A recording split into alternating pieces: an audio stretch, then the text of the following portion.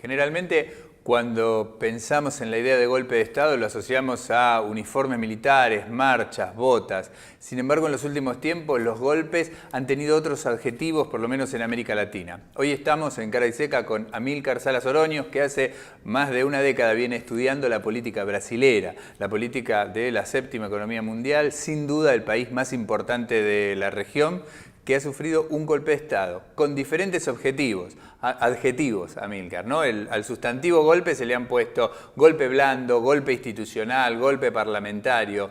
¿Es un golpe? ¿Cuáles son las características que lo definen? Sí, es cierto que hay una variedad de posibilidades de caracterizar lo que ha pasado en Brasil en estos meses, ¿no? En este último tramo de su historia reciente. Ahora, más allá de que es un golpe parlamentario porque lo hace, ¿no? Se hace desde el Parlamento, o que es un golpe a la paraguaya porque es parecido a lo que pasó con Fernando Lugo en el 2012, o un golpe mediático por cómo han intervenido los medios, o un golpe judicial porque el Poder Judicial también ha interferido sobre... Es un golpe, ¿no? Uno puede decir un golpe de Estado. No es violento, no están los militares detrás, pero es un golpe de Estado en tanto hay una alteración del Estado de Derecho en la medida que el juicio político, es decir, el trámite que se realiza dentro del Congreso Nacional, no sigue los procesos propios de la juridicidad del Estado. Entonces, como es un proceso político jurídico, tiene que seguir algunas normas, ¿no? propias del sistema judicial, ¿no? Y como no lo ha seguido, hay una alteración en general, no hay una alteración parcial. En la historia brasilera hubo muchos juicios políticos, tal vez es una moneda más corriente que en otros países latinoamericanos. Sin embargo, este se inscribe en un contexto de Latinoamérica en el que, como vos mencionabas, Honduras, Haití, Ecuador, Bolivia, Paraguay, tuvieron o intentos de alteración del orden constitucional y del orden democrático y en algunos lugares el logro, como por ejemplo Honduras y Paraguay. ¿Cuál es la diferencia con respecto a otros periodos históricos de Brasil? La gran diferencia es que en los otros casos, o bien no prosperó hasta esta instancia, en el caso de Getúlio Vargas, en el caso de Juscelino Kubitschek, en el caso de João Goulart, ¿no? El caso de Collor de Mello sí prosperó ese juicio, pero Collor de Mello renunció antes, con la salvedad de que en el caso de Collor de Mello, que fue en 1992, se había dado una investigación judicial primero, después una investigación parlamentaria y recién se inicia el juicio político, ¿no? Hacia agosto, septiembre del 92. En el caso de Dilma, acá no hay ni una investigación judicial, ni una investigación parlamentaria, ¿no? Simplemente es una maniobra orquestada dentro del Congreso Nacional para correr a Dilma Rousseff y al gobierno del Partido de los Trabajadores, legítimamente elegidos en el 2014. Entonces, la gran diferencia es que en este caso nunca hubo un fundamento, ¿no? jurídico contundente, ¿no? solvente, que permitiera habilitar esta figura. Vos mencionabas lo mediático, que también es una característica que comparte Brasil con otros países latinoamericanos, la fuerte incidencia de las empresas de comunicación en la realización de este golpe. Hay una frase en la sociedad brasileña que era el pueblo no es bobo, abajo la red o globo, que incluso se convirtió en grafitis, pintadas, cantos hasta en las canchas. Sí. ¿Cuál es el objetivo de los medios de comunicación en esto? Bueno, el objetivo de los medios nunca se puede saber porque son empresas, ¿no? que tienen una racionalidad propia como empresa y después tienen otras racionalidades de ubicarse dentro del sistema político que le permita a esa empresa mejorar su propia condición. En el caso de O Globo, que es un multimedio muy importante, no solo por lo que genera en términos de contenido, sino por cómo está diseñado su transmisión de noticias, ¿no?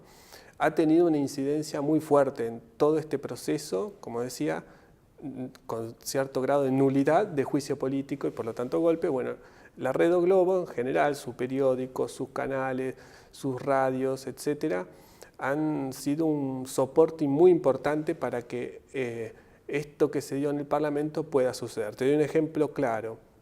cuando se dio la votación de la Cámara de Diputados, ¿no? el 12 de abril, el 17 de abril, perdón, que no sé, pero la mayoría lo recuerda porque los diputados justificaban su voto por cualquier cosa, ¿no? por distintos motivos personales.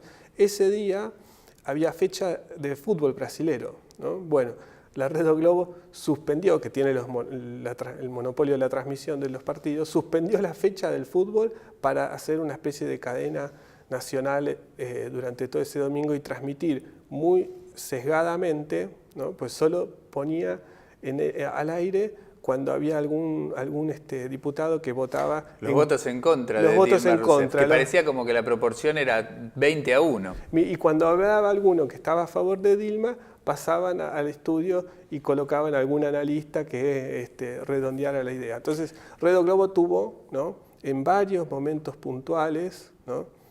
Una incidencia directa con esta situación política que se dio en Brasil. 4 familias son las dueñas de los medios en Brasil.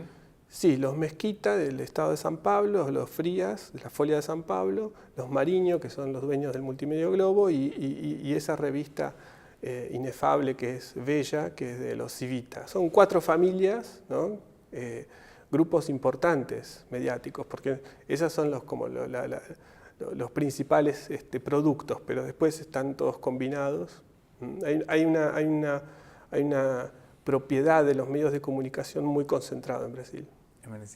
Y el objetivo de la despolitización, porque veníamos de una década que en Brasil y en el conjunto de América se había repolitizado la sociedad de alguna manera, donde cada elección, los años 2000, importaba qué fuerza política ganaba porque implicaba un proyecto económico distinto.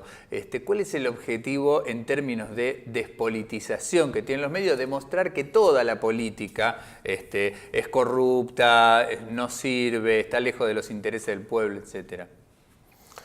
De alguna forma lo que logra este proceso, ¿no? fraudulento de juicio político, acompañado por los medios, en la historia brasileña, ¿no? es que se aparta del lugar, vamos a decir, como posibilidad de pensar lo colectivo que representaba el gobierno del Partido de los Trabajadores, ¿no? en los mandatos de Lula y de Dilma, ¿no? Pensar un interés universal, un interés comunitario para el Brasil, y desarmar eso para de alguna forma colocar la idea de que Brasil tiene que ser administrado, ¿no? por aquellos que sepan administrar, ¿no? y en última instancia por aquellos que tengan también los intereses que se impongan, ¿no? Entonces la despolitización va de alguna forma acompañada por la idea de que los intereses particulares y específicos y no un interés global tienen que gobernar Brasil, ¿no? Y por eso es una situación bastante complicada, porque dejar instalado eso... Los intereses de los agronegocios. Del agronegocio, de los bancos, de las constructoras. Que están expresados en el Parlamento, además. Que están expresados en el Parlamento, ¿no?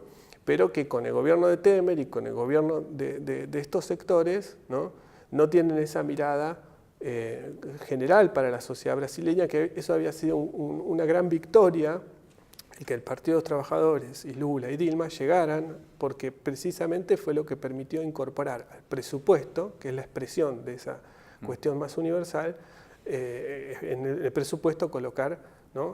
vamos a decir, a los sectores populares, cosa que no había sucedido antes. La opción sigue siendo el Partido de los Trabajadores y Lula o los intereses particulares en Brasil. Sí, y ha quedado cada vez más claro, ¿no? esa segmentación entre partidos que están por los intereses específicos, sectoriales, económicos, incluso podríamos hablar internacionales, porque también aquí las compañías petroleras internacionales han presionado para que se genere esta situación, y del otro lado, ¿no? por supuesto, hay que admitirlo, un debilitado Partido de los Trabajadores, pero que sigue conservando por lo menos la perspectiva de que Brasil tiene que organizarse de una forma mirando a todos y no a algunos pocos. Bueno, muchas gracias a Amílcar Salas Oroño por haber estado en Cara Seca. Ahora vamos a ir a la columna del día de hoy.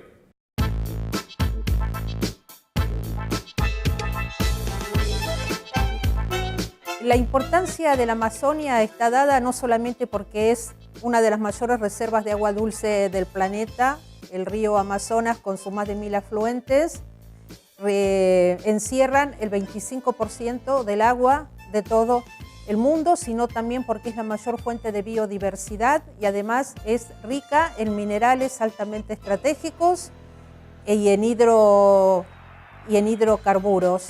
La mirada de Estados Unidos sobre la Amazonia se posó desde el año 1817 hasta la fecha y ha intentado apoderarse de la misma con distintos argumentos. Esto obligó a Brasil en la década de 1960 a la fundación de Brasilia y a reafirmar la presencia brasileña en toda la región amazónica para hacer valer la soberanía del país sobre la misma. Y con diferentes avances y retrocesos, esto se vino manteniendo hasta ahora, hasta la usurpación del gobierno de Brasil por parte de Temer y compañía, quienes han elegido retroceder con respecto a la soberanía de Brasil sobre la Amazonia.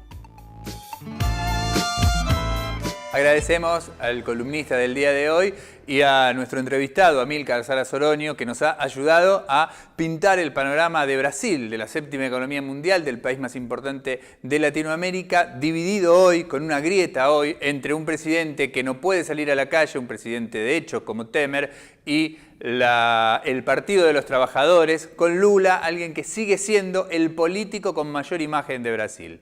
Este fue el Cara y Seca del día de hoy. Nos vemos en la próxima.